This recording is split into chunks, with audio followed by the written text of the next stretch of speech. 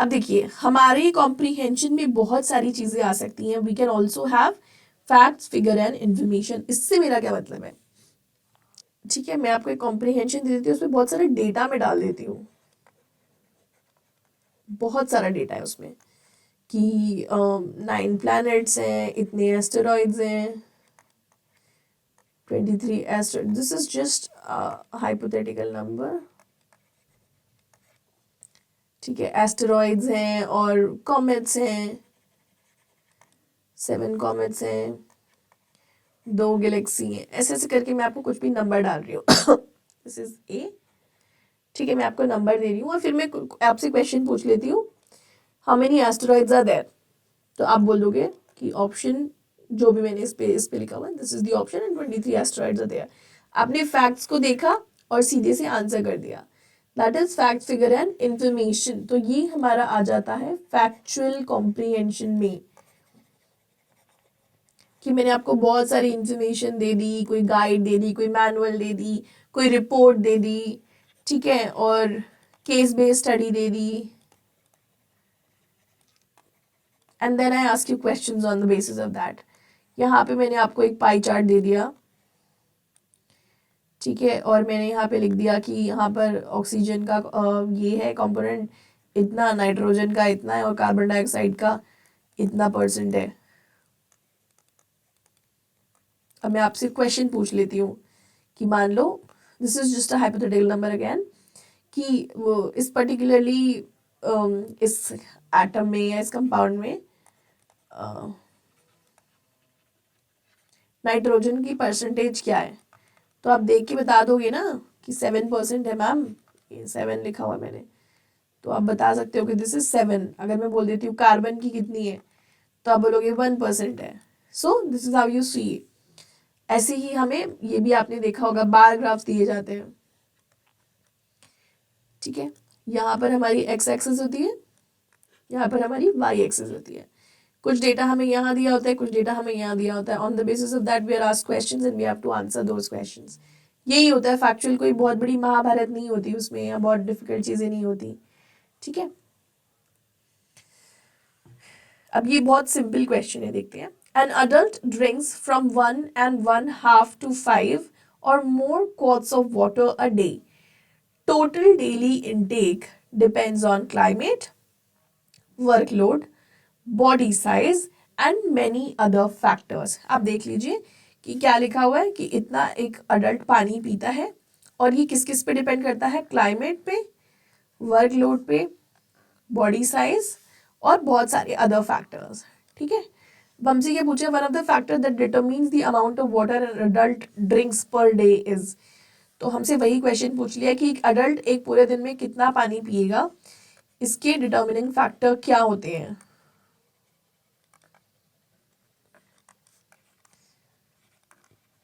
अभी तो हमने देखा क्या क्या होते हैं. पहले तो क्लाइमेट ही होता है, अगर गर्मी ज़्यादा वाटर का इंटेक होगा ना. वर्कलोड हो सकता है, बहुत काम करना पड़ रहा है और उसके चलते आपको बहुत प्यास लग रही है. बॉडी साइज हो सकता है, और मैनी अदर फैक्टर्स. तो हमने ये चारों चीज़ें लिख के रख ली अपने पास कि this is how things are determine. Water का इंटेक इन्हीं फैक्टर्स पे डिपेंड करता है. That's it. अब देखते हैं ऑप्शंस में क्या क्या. स्टेट ऑफ हेल्थ, यहाँ पे कहीं दिया स्टेट ऑफ हेल्थ कि कोई बीमार है तो ज़्यादा पानी पिएगा, कोई ठीक है ज़्यादा पानी नहीं पिएगा. नहीं नहीं, this is not the case, right. This is incorrect. Body size, body size पे डिपेंड करता है. हाँ जी बिल्कुल करता है, हमने देखा था अभी यहाँ पे ऑप्शन. तो it can be the correct answer, tick लगा लेते हैं. एज, ऐसा होता है कि बच्चा छोटा है तो कम पानी पिएगा, बड़ा हो गया तो ज़्यादा पानी पिएगा. नहीं जी, ऐसा कुछ भी नहीं होता है, ठीक है.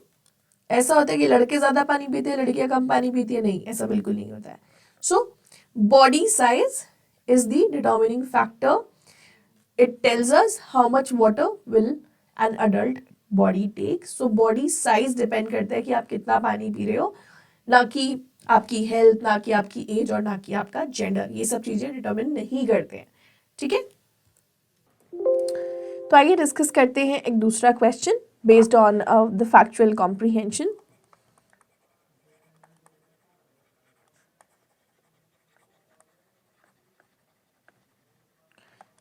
ऐसा कुछ क्वेश्चन हमें आ सकता है एग्जामिनेशन में, हालांकि अब तक ऐसा कोई क्वेश्चन आया नहीं है, बट स्टिल क्लास 12 तक ये क्वेश्चन पूछे जा रहे हैं, तो there are high chances that they might ask you something like this time. ठीक है, तो हमें कुछ नहीं दिया हुआ, हमें एक टोर्नाडो की इंटेंसिटी स्केल दी गई है, उनकी क्लासिफिकेशन कर दी गई है विंड स्पीड के बेसिस पर, और वो कितना डैमेज कर रहे हैं वो भी हमने लिखा हुआ है। तो F0, F1, 2, 3, 4, 5 एंड 6 दिया हुआ है, उनकी विंड स्पीड दी गई है और कितना डैमेज उन्होंने किया है, माइल्ड किया है, मॉडरेट किया है, इनक्रेडिबल किया है, डिविस्टेटिंग है, इनकंसीवेबल है, तो ये सब हमें बताया गया है। ठीक है, हमें डिस्क्रिप्शंस दिए गए हैं। Let's just look at the question. A tornado with a wind speed of 143 mph would be assigned which classification? तो आपको जो क्लासिफिकेशन दिया गया है on the left hand side,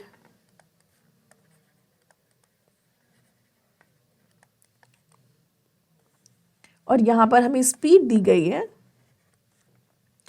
तो हमें पूछा गया कि 143 mph वाला टोर्नाडो जो है वो अगर उसकी स्पीड इतनी है तो वो किस, आप उसको कैटेगरी में क्लासिफाई कर सकते हो। ठीक है, तो इसके लिए हमें टेबल पे जाना पड़ेगा वापस। देखिए 40 to 70 अगर आपकी विंड स्पीड है, आप फॉल कर रहे हो F0 कैटेगरी में। ठीक है, और आप माइल्ड डैमेज हो रहा है यहाँ पे। If you are from 73 to 11 mph category, if the wind speed is this much, then it is F1। हमें बात करनी है 143 की, रिमेंबर। तो 143 कहाँ पर फिक्स करेगा, कहीं ना कहीं इधर फिक्स करेगा, 113 से 157, 143 इसके बीच में ही तो लाई करेगा ना, 143 mph। तो हम बोल सकते हैं कि वो F2 क्लासिफिकेशन का होगा और वो सिग्निफिकेंट डैमेज करेगा, अच्छा खासा डैमेज करेगा। तो कौन सी कैटेगरी में हम फॉल करवा रहे हैं, F2 में। तो F0 में तो नहीं कर रहा है, क्योंकि F0 में कौन से वाले कर रहे हैं, 40 to 70 जिसकी स्पीड है, तो F0 तो नहीं है हमारा आंसर, राइट। F1 भी हमारा आंसर नहीं है, क्योंकि यहाँ पर 73 से 112 mph वाले फॉल कर रहे हैं। तो हमारा जो टोर्नाडो है वो 143 mph का है और वो फॉल कर रहा है F2 कैटेगरी में, और F3 कैटेगरी में उसके ऊपर वाले विंड जिनकी स्पीड है वो फॉल कर रहे हैं। So this will also not be the correct answer. This is how you answer a table question, a fact question, a pie chart question. You just have to look for facts, figures and use, यहाँ पर directly नहीं दिया था, but मुझे पता था कि ये तो बेसिक मैथ्स है ना, कि 113 से 157 के बीच में 143 लाई करता है। तो this is how we answer certain questions. ठीक है, सो देयरफॉर हमारा ऑप्शन सही हो गया F2 वाला। ठीक है, विच इज द ऑप्शन सी।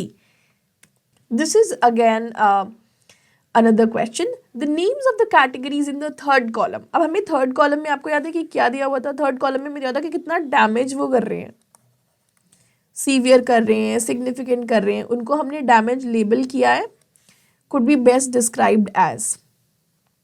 हम इनको क्या बोल सकते हैं, जो हम यहाँ पर टेबल में देख रहे हैं कि वो सिग्निफिकेंट डैमेज कर रहा है, माइल्ड कर रहा है, मॉडरेट कर रहा है, वो क्या है, क्या वो साइंटिफिक है? Do you think it's a scientific term, do you think it's a descriptive term, do you think it's a objective term या विम्सिकल? ठीक है, तो विम्सिकल तो नहीं है, ऑब्जेक्टिव भी नहीं है,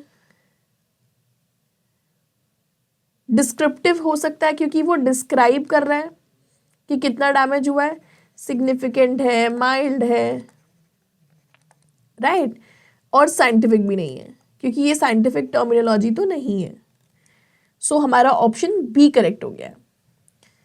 applying words such as mild, moderate, significant, severe, devastating, incredible, inconceivable to the damage done by a tornado is a means of describing the damage। तो वही कि डैमेज को डिस्क्राइब किया जा रहा है, इसीलिए डिस्क्रिप्टिव जो है वो हमारा सही आंसर है। Let us look at another previous year question.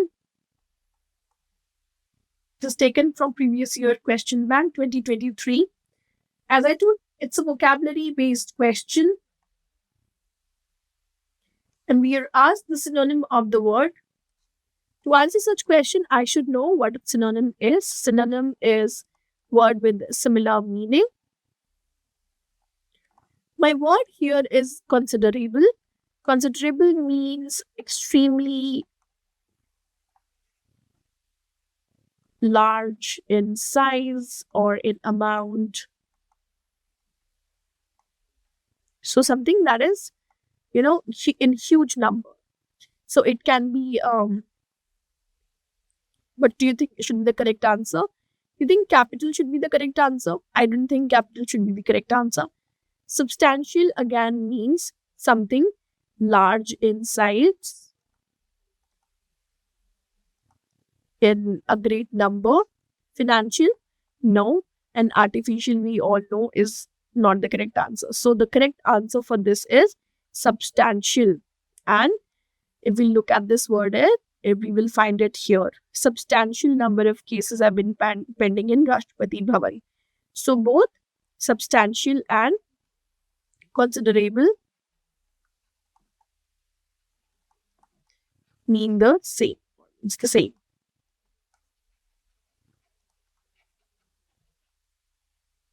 So that's it. Let us look at Again, a grammar based question.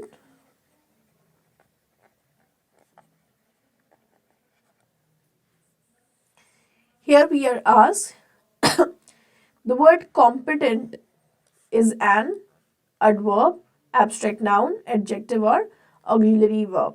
So, to answer such questions, you should know what an adverb is. Basically, adverbs end with ly, and this word does not end with ly. So, I would say that this is not an adverb. Also, it is not adding to the verb. It is not modifying my verb. Abstract noun, we all know what abstract nouns are. So I don't think it's an abstract noun. It can be an adjective, and we all know what auxiliary verbs are, right? Is, am, are.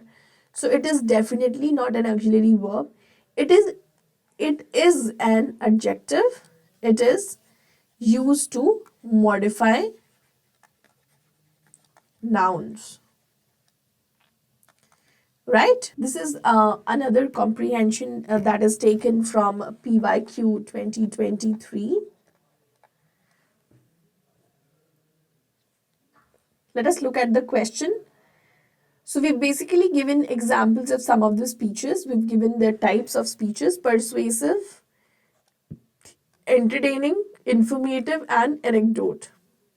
Please take your time, pause the video, and read the comprehension in detail, and then come back and answer the question. As I told you, do not use your prior knowledge. So if I talk about persuasive knowledge, let's see what does the author has to say about the persuasive speech. Unlike the persuasive speech which changes mindsets, तो पहला option तो मुझे यहीं से मिल गया कि persuasive speech क्या होती है जो माइंडसेट चेंज कर देती है. क्या मेरी टेबल में ऐसा कुछ है? जी हाँ, बिल्कुल है. ए का ऑप्शन मेरा सही आ रहा है 3. ठीक है, तो इट चेंजेस माइंडसेट. बी का मैं आंसर देख लेती हूँ, पर उससे पहले मैं देख लेती हूँ कि ए में 3 कहाँ कहाँ पर है. तो ऑप्शन 2 को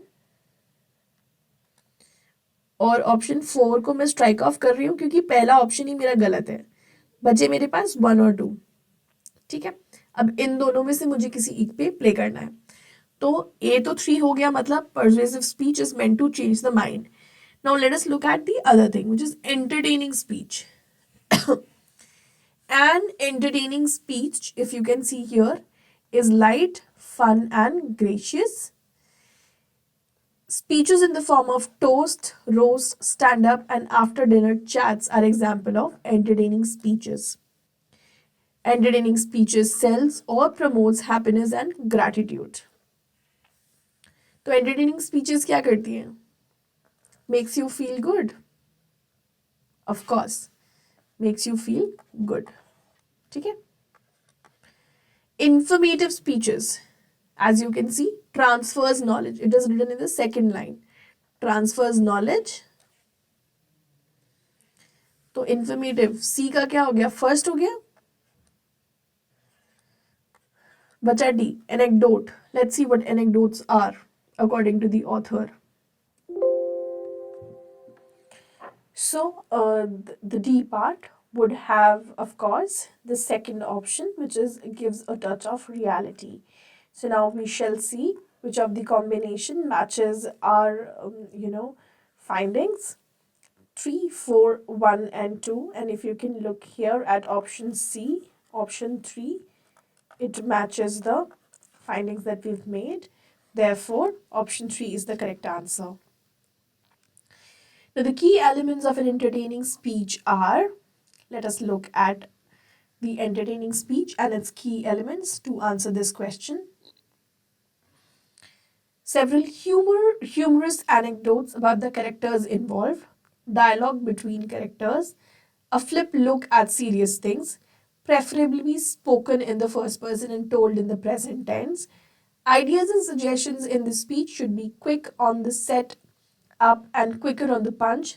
Several voice modulations should be part of the delivery style. It should not be very long. The speaker also needs to open up and get close to the audience mentally, physically, and emotionally. Let us look at the options. It is not time bound, it can go on forever. It needs an opening with good anecdotes. Of course, B is the correct answer. B is one of the correct findings because we just read about anecdotes, that there should be anecdotes involved. It should be in third person. No, we just read that it should be in the first person. Right? Yes, it is effective when present in the first person account and in the present tense. So B and D should be the correct answer. It is knowledge based. No, this is of course again incorrect. So option B, option 2 is the correct. B and D statements B and D are correct.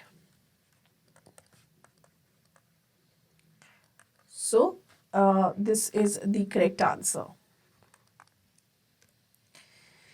So student, this is a list of some literary terms that I've prepared for you, and I really want you to understand these word meanings.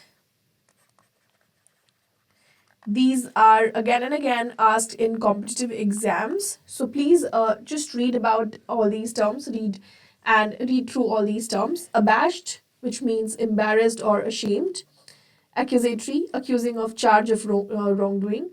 Affectionate, aggravated, aloof, ambiguous, ambivalent, amiable, bewildered, blit, blunt, callous, capricious, condescending, contemplating, condescending, contemplative, contradictory, critical, cynical, ecstatic, elated, elegiac, embarrassed, erudite, eulogistic, euphoric. So you should be knowing all these words and their meanings because these terms are asked, like cynical, critical, elegiac, euphoric, eulogistic,